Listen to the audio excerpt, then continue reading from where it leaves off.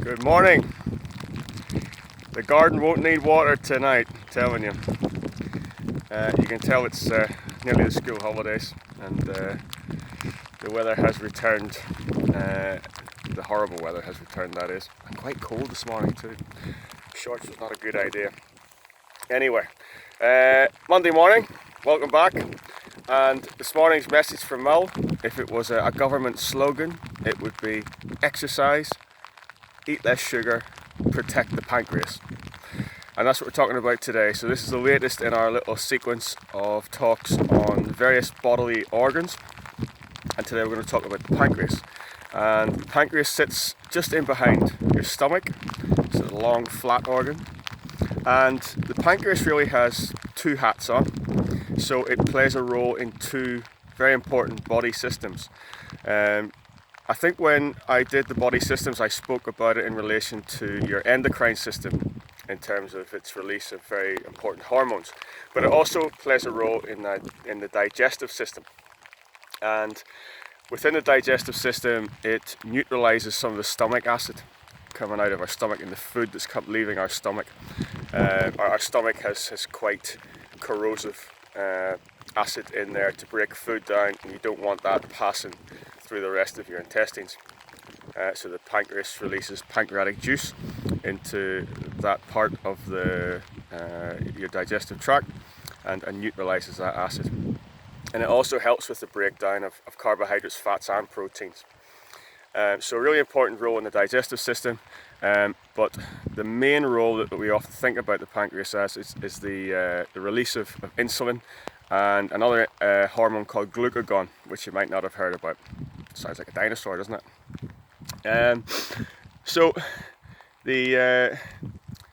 when we eat carbohydrate, sugary foods, our blood sugar levels will rise, and our body's not very good at maintaining high levels of blood sugar. So the pancreas releases insulin into our bloodstream, and insulin has a role as a sort of key system. It allows blood sugar to move from your blood into your active muscles where it's needed to fuel energy.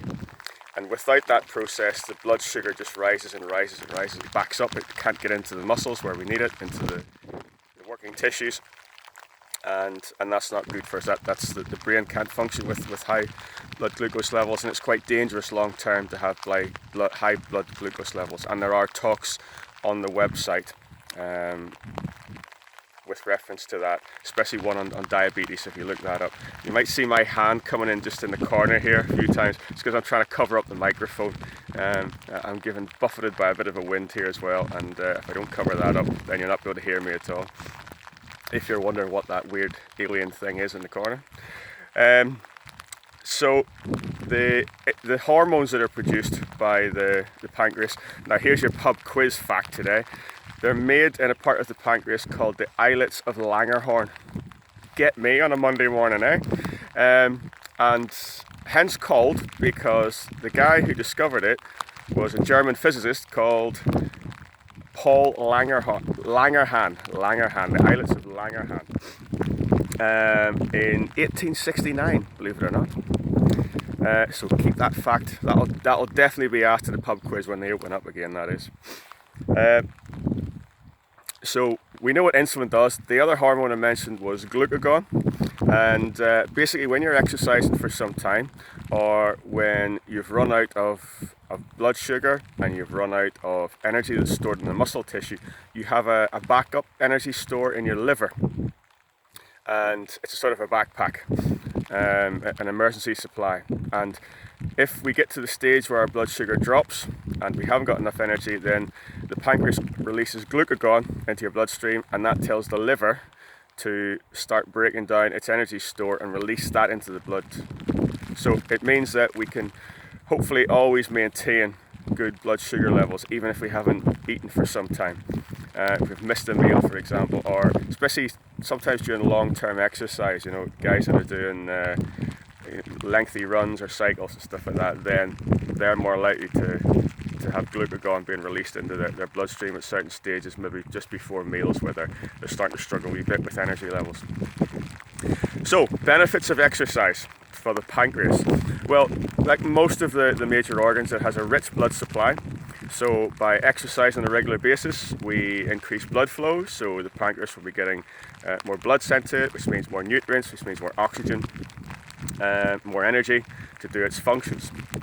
But the main way we protect the pancreas is by exercising on a regular basis and improving our insulin sensitivity. So when people are pre-diabetic or have type 1, type 2 diabetes, basically either there's not enough insulin being produced. In type 1, there's virtually no insulin being produced at all. Or in type 2, there's either not enough insulin being produced or our insulin sensitivity has reduced. Because basically we've been eating poor foods, not exercising, and the body's had to release more and more insulin over a prolonged period of time, and it just doesn't get sensitive, it loses its sensitivity to insulin. Basically like a drug that you take on a regular basis, an addictive drug, and you have to keep taking more and more to get the same effect. So by exercising on a regular basis, our body becomes more sensitive to insulin. We don't need it to produce as much of it to make sure that we're getting that energy moved from the blood glucose into the active tissues.